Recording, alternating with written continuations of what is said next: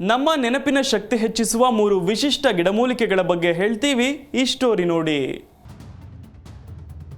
ಜ್ಞಾಪಕ ಶಕ್ತಿ ಹೆಚ್ಚಿಸುವ ವಿಶಿಷ್ಟ ಗಿಡಮೂಲಿಕೆಗಳು.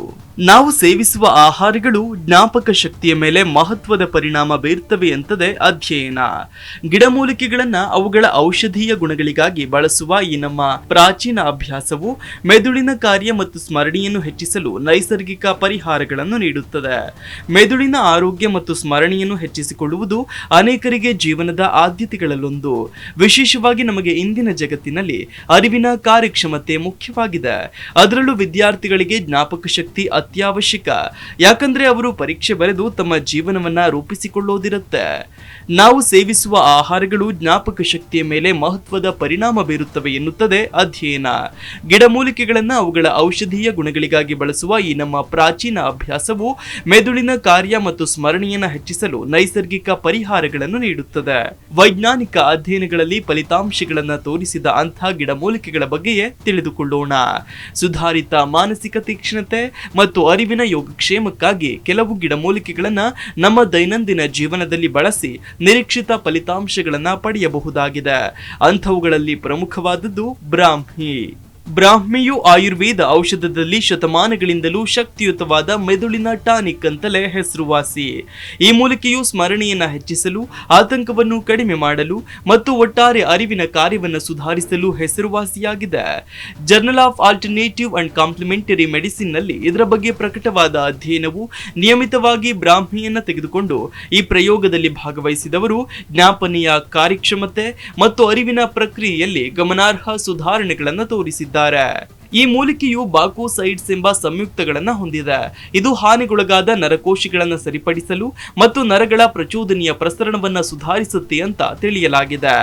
ಇನ್ನಿದನ್ನ ಬಳಸೋದು ಹೇಗೆ ಅಂತ ಕೇಳಿದ್ರೆ, ಬ್ರಾಹ್ಮಿಯನ್ನು ಕ್ಯಾಪ್ಸುಲ್ಗಳು, ಪುಡಿಗಳು ಅಥವಾ ಚಹಾದಂಥ ವಿವಿಧ ರೂಪಗಳಲ್ಲಿ ಸೇವಿಸಬಹುದು. ಬ್ರಾಹ್ಮಿಯನ್ನ ದೈನಂದಿನ ದಿನಚರಿಯಲ್ಲಿ ಸೇರಿಸೋದು ಕೂಡ ಉತ್ತಮ. ಉದಾಹರಣೆಗೆ ಇದನ್ನ ಸ್ಮೂದಿಗಳಿಗೆ ಸೇರಿಸೋದು ಅಥವಾ ಇದನ್ನ ಸಪ್ಲಿಮೆಂಟ್ ರೀತಿ ಪೂರಕವಾಗಿ ಸೇವಿಸೋದು ಅದರ ಅರಿವಿನ ಪ್ರಯೋಜನಗಳನ್ನು ಪಡೆಯಲು ಸರಳವಾದ ಮಾರ್ಗ. ಇನ್ನು ಅಶ್ವಗಂಧವು ಆಯುರ್ವೇದ ಔಷಧದ ಮತ್ತೊಂದು ರತ್ನವಾಗಿದ್ದು ಅದರ ಅಡಾಪ್ಟೋಜೆನಿಕ್ ಗುಣಲಕ್ಷಣಗಳಿಗೆ ಹೆಸರುವಾಸಿಯಾಗಿದೆ. ದೇಹದ ಒತ್ತಡ ಮತ್ತು ಆತಂಕಗಳನ್ನು ನಿರ್ವಹಿಸಲು ಇದು ಸಹಾಯ ಮಾಡುತ್ತೆ, ಸ್ಮರಣೆಯನ್ನ ಸುಧಾರಿಸುತ್ತೆ.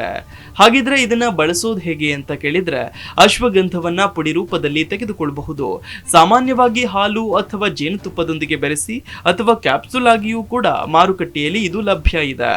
ನಿಯಮಿತ ಸೇವನೆಯು ಮಾನಸಿಕ ಒತ್ತಡವನ್ನು ಕಡಿಮೆ ಮಾಡಿ ಕಾಲಾನಂತರ ಮೆದುಳಿನ ಕಾರ್ಯವನ್ನು ಹೆಚ್ಚಿಸಲು ಸಹಾಯ ಮಾಡುತ್ತೆ. ಇನ್ನು ಪ್ರಮುಖವಾಗಿ ಅರಿಶಿಣ. ಇದು ಉರಿಯೂತದ ಗುಣಲಕ್ಷಣಗಳಿಗೆ ಹೆಸರುವಾಸಿಯಾಗಿದೆ. ಅದರ ಸಕ್ರಿಯ ಸಂಯುಕ್ತ ಕರ್ಕ್ಯುಮಿನ್ ಹಲವು ಲಾಭಗಳನ್ನ ನಮ್ಮ ದೇಹಕ್ಕೆ ಕೊಡುತ್ತೆ. ಈ ಗೋಲ್ಡನ್ ಮಸಾಲೆ ಮೆದುಳಿನ ಆರೋಗ್ಯವನ್ನು ಹೆಚ್ಚಿಸುವಲ್ಲಿ ಮಹತ್ವದ ಪಾತ್ರ ವಹಿಸುತ್ತದೆ. American journal of geriatric psychiatry ನಲ್ಲಿ ಪ್ರಕಟವಾದಂತಹ ಸಂಶೋಧನೆಯು ಕರ್ಕ್ಯುಮಿನ್ ಸೇವನೆಯು ವಯಸ್ಕರಲ್ಲಿ ಮೆಮೊರಿ ಮತ್ತು ಗಮನವನ್ನು ಸುಧಾರಿಸುತ್ತೆ ಅಂತ ಸಾಬೀತಾಗಿದೆ. ಕರ್ಕ್ಯುಮಿನ್ ಉರಿಯೂತ ಮತ್ತು ಆಕ್ಸಿಡೇಟಿವ್ ಒತ್ತಡವನ್ನು ಕಡಿಮೆ ಮಾಡಲು ಸಹಾಯಕ. ಇನ್ನು ಅರಿಶಿಣವನ್ನ ಹಾಲು ಅಥವಾ ಅರಿಶಿಣ ಚಹಾದ ಮೂಲಕ ಆಹಾರದಲ್ಲಿ ಸುಲಭವಾಗಿ ಬಳಸಿಕೊಳ್ಳಬಹುದು. ಉತ್ತಮ ಹೀರಿಕೊಳ್ಳುವಿಕೆಗಾಗಿ ಕರಿಮೆಣಸಿನೊಂದಿಗೆ ಅರಿಶಿಣವನ್ನ ಸೇವಿಸಲು ಕೂಡ ಸಲಹೆ ನೀಡಲಾಗುತ್ತೆ. ಇದು ಪೈಪರಿನ್ ಅನ್ನ ಹೊಂದಿರುತ್ತೆ, ಕರ್ಕ್ಯುಮಿನ್ ಹೀರಿಕೊಳ್ಳುವಿಕೆಯನ್ನ ಹೆಚ್ಚಿಸುತ್ತೆ. Desk bureau, G Kannada news. G Kannada news ಈಗ ನಿಮ್ಮ ಮನೆಯಲ್ಲೇ ನೋಡಿ. ಎಲ್ಲ ಕೇಬಲ್ಗಳಲ್ಲಿ ಈಗ ಲಭ್ಯ.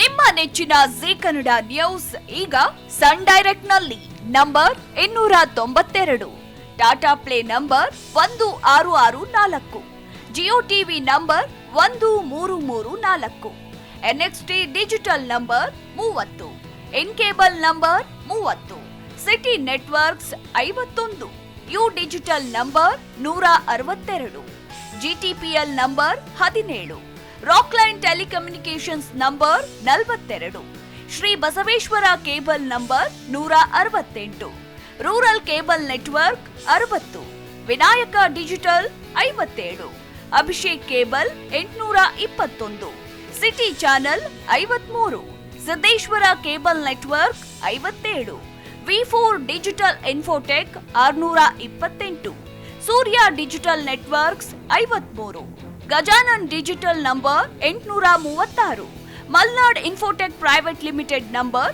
56, Metrocast number 830, victory digital number 167ರಲ್ಲಿ ನೋಡಿ ಆನಂದಿಸಿ.